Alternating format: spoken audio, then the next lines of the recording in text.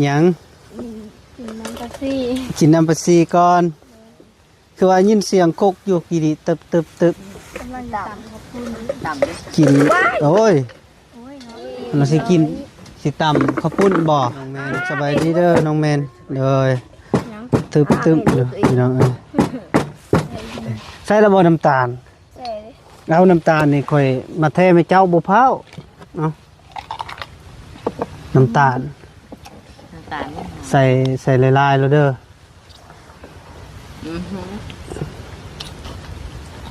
อ้าวมาดิใส่เลยใส่ลายๆแล้วมันใส่บ่ได้ใส่บ่ได้เป็นยังคือบ่ใส่บ่ได้แซ่บบ่เดี๋ยวเข้ม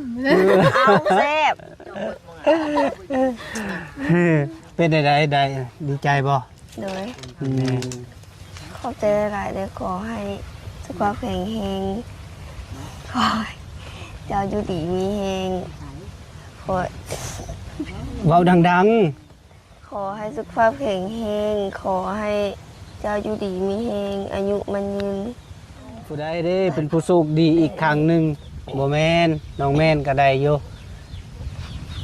ยังบ่ฮู้ได้เอาน้ำเบาสิบอกอยู่มีจากคนมาอยู่พี่นะที่มาเคยมาเข้ากองน้องนี่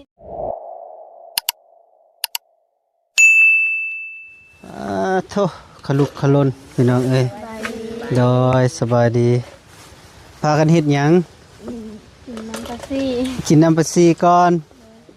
คือว่ายินเสียงกกอยู่กี่ดิตึบกำลังต่ำขอบคุณกินโอ้ยเราสิกินสิต่ำข้าวปุ้นบ่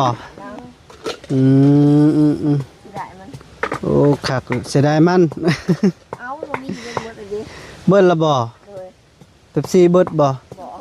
น้ำก้อนมันเปื่อยบ่ได้ขึ้นต่ำอยู่เทิงนี่ดีอันนั้นตึมเลยแหละตำรถอุ้ย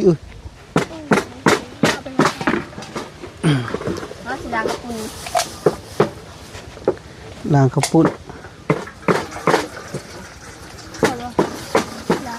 ตำแซ่บเด้อจะมาตำตัวนี่ลุงบ่มันสบูดบ่เท่าที่หยิบบ่บุ้งมานำเป็นบงไอเปลี่ยนซื้อให้ว่านี้โอ้เราซื้อผักบงมาให้บ่โอ้น้ำนี่ก็มีอยู่เอาเฮ็ดจะได้ต้มบ่ไข่มีเลยก็ต้มหมดแล้วตอกใส่กันเลยวะแม่ยังผสมฮะยังผสมบ่โอ้ป้อน้องแมนสบายดีเด้อน้องแมนเลยตึบอยู่พี่น้องกำลังตำมักเผ็ดพอแล้วผักเทียมกูบ่ใส่โอ้ยเซฟบ่นี่เซฟนี่เค็มเล็กเซฟเค็มนะวันเก่งให้เป็นเซฟบ่แกงเฮ็ดตาบคันไผ่ตำแซ่บแล้วก็สิมีรางวัลให้เด้อจะเอาเท่าไรบ่รางวัลเอาเท่าไรเบาคือดีแท้บัวแซ่บแล้วเบาเอาพี่น้องเอ้ยเนาะกะเปิดคลิปเปิดภาพก็อยู่ทงหน้าน้องๆคือเก่าพี่น้องเอ้ยเนาะครับทักทายสบายดีและสวัสดีเด้อพ่อแม่พี่น้องเบิดสุขคนบอกว่าอยู่ในหรืออยู่ต่างประเทศกันยินดีตอนรับเข้าสู่ซองเบาแก้วคือเก่าพี่น้องเอ้ยเนาะตอนนี้เพิ่นกำลังว่าขลุกขลุ่นกำลังสีตำข้าวปุ้นกินข้าวเช้าพี่น้องเอ้ยเนาะบ่มีของกินเพิ่นว่ากะแล้วเบาแก้วก็ซื้อเป๊ปซี่ซื้อมีมาให้น้องๆเพิ่นกินพี่น้องเอ้ยเนาะกะเบาแก้วก็มาสวยเติบเพราะว่าไปหาน้องแมนอยู่บ้านพี่น้องเอ้ยตอนเช้าแล้วก็เลย พาน้องเพิ่นมาพี่อีกเทื่อนึงเพราะว่าเบาแก้วก็สิได้ลงดงเห็นไปเบิ่งน้อง FC เข้าห้องหมอพี่น้องเอ้ยเนาะที่ว่าลูกผู้สร้างไม่สุขกันแหละพี่น้องเอ้ยเนาะพอดีว่าอยากคุยกับน้องๆสะก่อนแล้วก็เลยสิลงไปตอนประมาณ3 โมงพอแหละพี่น้องเอ้ยก็สิได้ลงไปกะยังว่าสิกลับมาเพราะว่ามื้ออื่นเบาแก้วก็ยังสิออกหน้าไถนาอยู่ก็ยังมาบ่ฮู้ว่าสิไปในใดก็เว้าเรื่องน้ำมูกน้ำมันพี่น้องเอ้ยเนาะ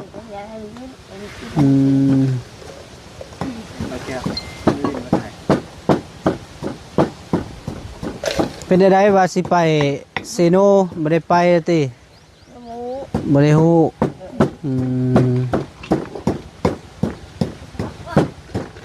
ก็เรียกว่าไปแต่เช้าเลยยังเนาะ น้ำพุดแล้วบ่เปิดเบิ่งดูหำพดเลยพดแล้วบ่ทำก็พูดแล้วก่อน3 วัน ตำข้าวโจนก่อนซะบ่เบิ่งพี่น้องเอ้ยสิไปหาอีหยังเนาะ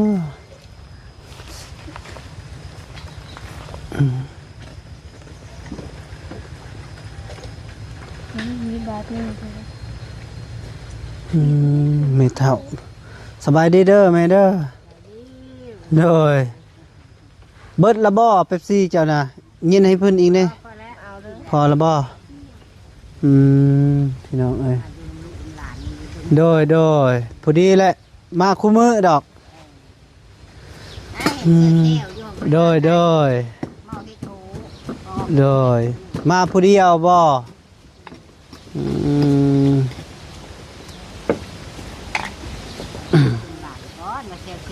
โดยโดย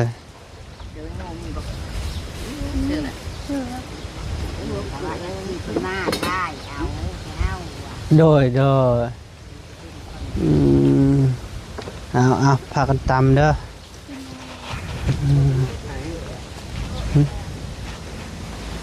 เอาใบไม้นี่แหละพี่น้องเอ้ยเอาใบไม้สิ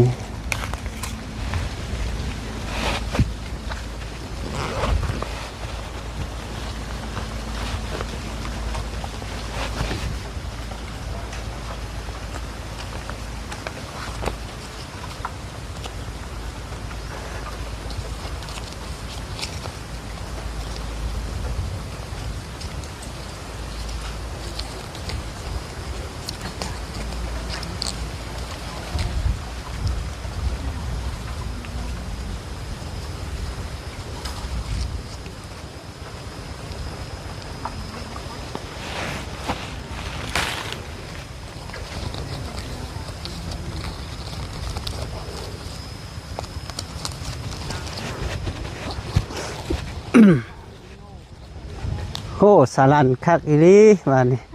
ก็สิเซฟเนาะเซฟปีหน้ามาพี่ละปีหน้ายับเข้าไปโอเคตัวพี่น้องเอ้ยอะไรเข็มเลยตายแล้ววันนี้เข็มบ่ยานติเข็มบ่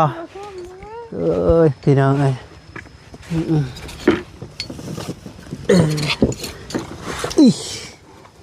เราสิบุพ่อคือบุพ่อก่อยน้ำเลยที่มันเนมไปเบิ่งได้เห็นเบิดทุกคนบ่เห็นอยู่บ่เห็นอายบ่เห็นเบิดบ่ทั่วบ่สบายดีเด้อพ่อแม่พี่น้องเมื่อสักครู่ทุกคนกะอยู่ทุ่งนาน้องคือเก่าตอนนี้กำลังสิตำข้าวโจนข้าวปุ้นนี่แหละใส่ไปได้ใส่ระบบน้ำตาลใส่เอาน้ำตาลนี่ค่อยมาเทให้เจ้าบุพร้าวเอาน้ำตาลใส่ลายๆแล้วเด้อ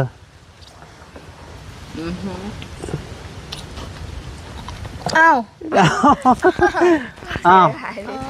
วมาดิฮะเอา คือได้เงินบาดนี่ ได้นะ อันน้ำตาลนี่ดิ จะ เอาคลิปเอาบาดนี่เอามาที่ใส่ พี่น้องเป็นได้น้ำตาลเอาน้ำตาลมาให้ ใช้เลยงานวันนี้ ใส่เลย ใส่เลยใส่ลายๆแล้ว มันใส่บ่ได้ ใส่บ่ได้เป็นยังคือบ่ใส่บ่ได้ใส่ลายๆแล้วเงินเนี่ย ขอบใจหลายๆเด้อก่อยไอ้ดีมีสุขภาพแข็งแรง ยังบ่ทันบอก เอา ยังบ่ทันบอกดิค่ะเฮ็ดจะได้ซะเอาไปคือสิแซ่บบัดนี้ซิมมึงดูซิมซะก่อน แซ่บ แซ่บบ่ เลย เราเข้ม เอาแซ่บ เป็นได้ดีใจบ่ เลย ฮู้บ่ให้ซะเลยบ่หรือบ่ให้ซะเลยบ่ซะเลยได้บ่ เลย อันนี้จะแม่นเงินอ้ายคนลาวนั่นแหละแต่เราไปอยู่ไทยอ้ายสมศักดิ์เด้ออ้ายสมศักดิ์เพิ่นผู้ที่ซื้อโทรศัพท์ให้น้องผ้านั่นแหละแต่เราโอนเงินมาให้ เลย ให้นาบ่าวเป็นสะพานบุญให้เจ้านะครับพอดีเป็น200,000กีบแล้วก็ให้เจ้าขอบคุณเพิ่นแน่ ขอบใจหลายๆเด้อขอให้สุขภาพแข็งแรงขอให้เจ้าอยู่ดีมีแรงขอ เว้าดัง ขอให้สุขภาพแข็งแรงขอให้เจ้าอยู่ดีมีแรงอายุมันยืน ๆได้ต่อ เอาคืนได้กันไหมนี่เลยสาธุเอาเจ้าเว้านำเด้อก่อนอื่นกะก็ขอบคุณเด้ออายเด้อขอให้เจ้าอายุมันคนยืน ขอให้อายุมันขวัญยืน โดยขอให้เจ้าอยู่ดีมีแห้ง ขอให้เจ้าอยู่ดีมีแรง ความเจ็บอย่าได้ ความเจ็บอย่าได้ ความใครอย่ามี ความใครอย่ามี ขอให้เจ้าโศกมานลำรวย ขอให้เจ้าโชคมาร่ำรวย สาธุ สาธุ หน่อยเวลาคือนาบ่าวมักบอกทุกคนเวลาเพิ่นเอาเงินให้ผมบอกคุณต้องให้มันงามแล้วเวลาเว้าให้มันดังเด้อ เลย เพราะว่ากะที่เคยเจอผ่านมาเด้นาบ่าวก็เคยเอาเงินให้แล้วก็เว้าแบบดังๆโดย กักเยอะ กะต้องได้ฝึกเด้อฝึกที่เจ้ากำลังเป็นกระแสแล้วก็มีทางอ้ายๆเพิ่นก็เคยมีมาสะพานบุญที่เจ้าแม่นบ่ เลย แต่ละเทื่อก็มีอยู่เนาะเอาทางบ่าวแก้วกาขอบคุณเด้ออ้ายเด้อที่พาเงินมาให้ขอให้เจ้าอยู่ดีมีแฮงความเจ็บอย่าได้ความไข้อย่ามีขอให้เจ้าโชคมานร่ำรวยอยู่มันคนยืนตลอดปีตลอดไปโดยสาธุอันนี้จะแม่นเราภาคมาให้เมื่อคืนนี่แหละ ที่เรา น้องไม่ได้ โดยกะ กะอายนี่นะมั้ง แม่นอายผู้นี้แหละ เราฝากมาให้แล้วก็เลยที่แรกเราอยากได้แอปเจ้าบัดนี้บัดแล้วก็เราได้น้ำเจ้าแล้วก็เลยยาแล้วก็เลยเราก็ฝากมาฝากเป็นเงินจำนวนอยู่บ่บอก เอ้า เดียวซะเลยยังมีอีกครั้งหนึ่งที่ศิสะพานอีกยังผู้ดึงยังไฟวันนี้บ่ผู้บ่แมน ผู้ใดเด้เป็นผู้โชคดีอีกครั้งหนึ่งบ่แมนน้องแมนก็ได้อยู่ยังบ่ฮู้ใดเอาน้ำเบาสิบอกอยู่มีจากคนมาอยู่พี่นะที่มาเคยมาเข้ากอง น้องนิ่นแล้วก็ง่อยแล้วก็ ไป แล้วก็เซฟีเส้นดีพันนี้ หลายป่ะ เอา เจ้าบนับไปยา ได้แล้ว ได้แล้ว มีสี่คน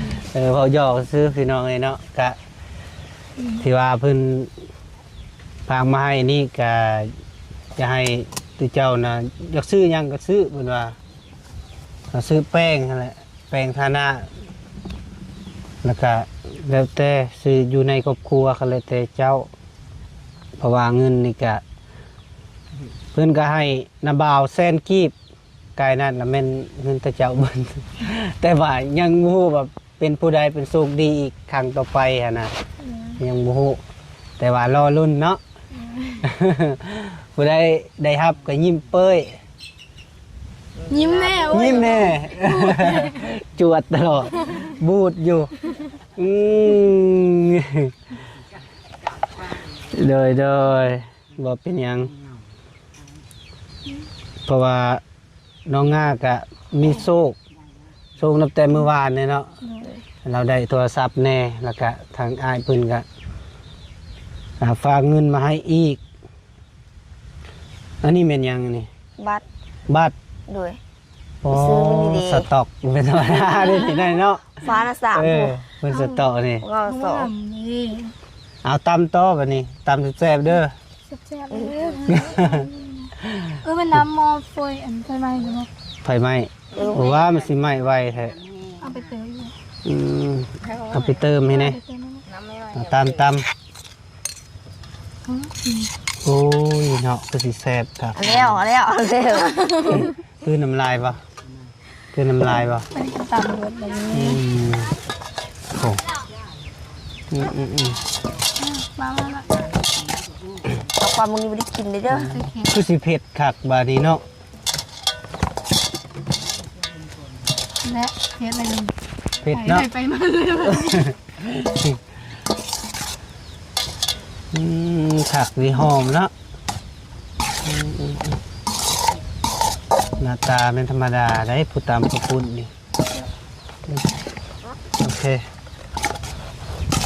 จอกในลายแต่ว่าหายต วัน ลอด ลมพัดไปหมด ปิวหมอก ปิวอีบ่ นั่นน่ะพอน้อยนั่นยืนอยู่หันน่ะปิวไปน้ำลมเลย เลยเอาบานี่ต้มมีบ่ มาซิมกวนตี้ ซีมบ่อันนี้ให้ไม่เท่ามาซีมไปมาซีมไปนี่ไม่เท่าทำมากินนำกันนี่มา ไอ้ผัวเอาเค็มมึง เค็มบ่ไปเข้าไปกินนะฮึบแซ่บบ่โดย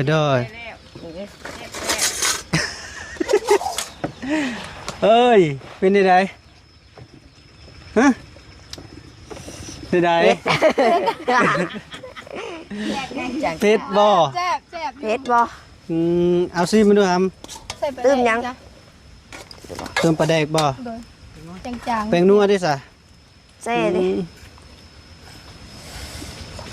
ปลาตัว เป็นส้ม ตัวเป็ดส้มๆบ่มีแป้งนัวเนาะมันจ้างบ่ ตาลนี่ ทางนี้คือน้ำลายอยู่ได้นี่ มาไม่เท่า ซิม กินน้ำกันไปสำหรับสอง อุ้ยอยู่ รู้เกือบของ วันนี้ก็ลม เกือบ พัน มา เราซิม เบิ่ง แปลกๆอีกแล้วนี่ แปลก แต่แซ่บนะแต่ไม่รู้เส้นกระปุ้นน่ะแปลก โอ้ย ๆมาเด้อพี่น้องเด้อ ใส่ตู้เย็นลืมโล ๆเส้นกระปุ้นยักแบบ มันแข็งเนาะใส่น้ำแซ่บแล้วแต่บายเกินไปเผ็ด เผ็ด ใส่เป็นนัวอีกอืม บ่ใส่น้ำตาลอีกบ่ เจ็บแล้ว ยังมีบ่ จาง นี่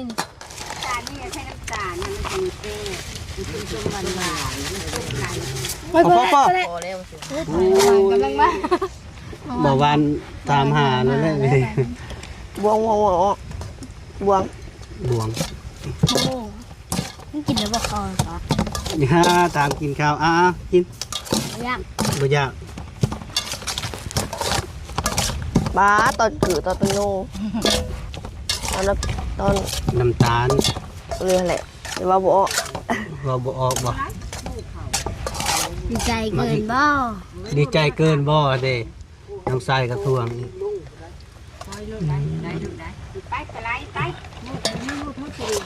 อืม เนี่ยแซ่บบ่หวานโพด แซ่บ อ่า มาแม่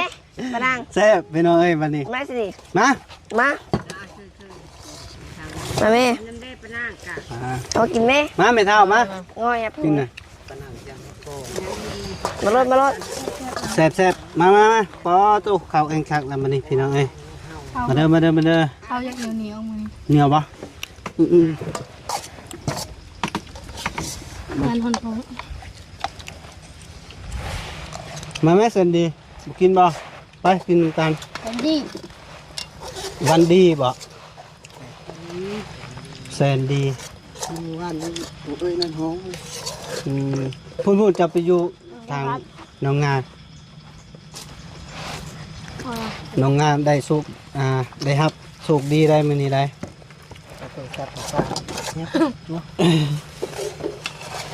โหปางแต่พุ่นแหละเขาเป็นโรคซึมเศร้าเด้นี่ โรคซึมเศร้าตลอดแหละ อยากแพนมง นี่แหละหน้านั่นน่ะจัดด้านฟาดราคา พากันกินไป เฮ้ย เอาน้องเมนเข้ามาเอาอันน่ะซามน่ะออกโอเคฮะไป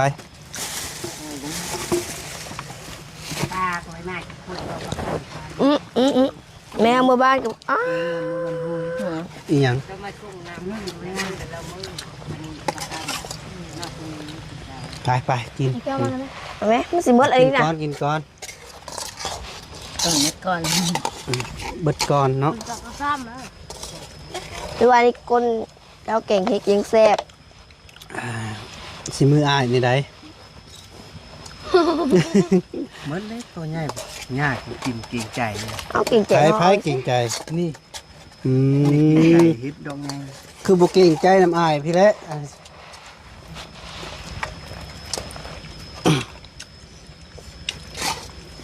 โตเป็นตาแซ่บพี่น้องเอ้ยพอดีกินข้าวเช้าเลยบ่มีไผบ่กินข้าวเนี่ยหึบ่อยากบ่ อยาก บ่ปัดปั่นข้าวอยู่ จักนี่นะบ่บังบ่ ในบ้าน เห็นก็ยาก มา ได้งับพอแล้วเจ้านะนี่งับครับโอเคเอ้า อิ่มแล้ว บ่พร้าว อิ่มก็นั่งพี่สะกอนเผาไปใส่เผาแต่อยากไป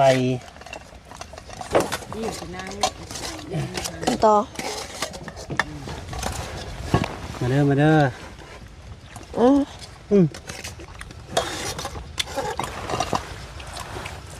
แซ่บบ่ อ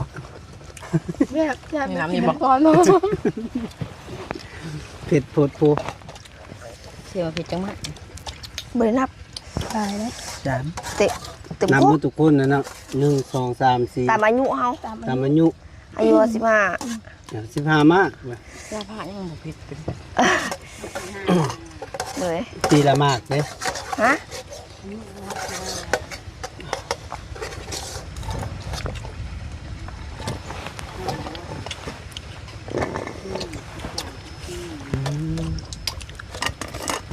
สุดยอดเลย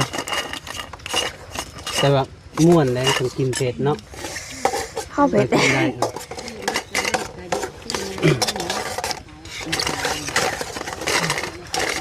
กิน แล้วก็ยกมือไปทำขาวขึ้น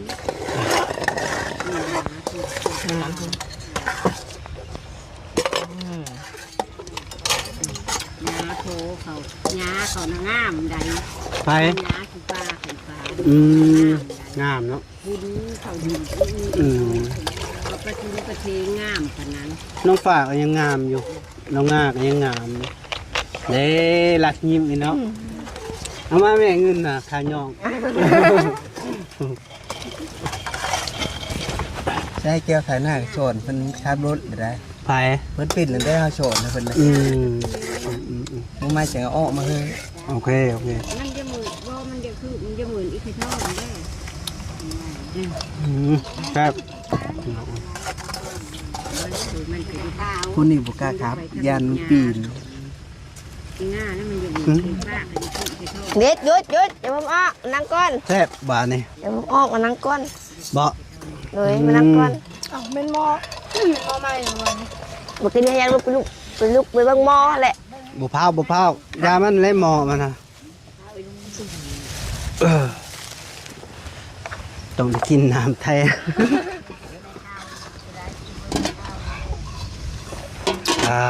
ผมก่อนผมก็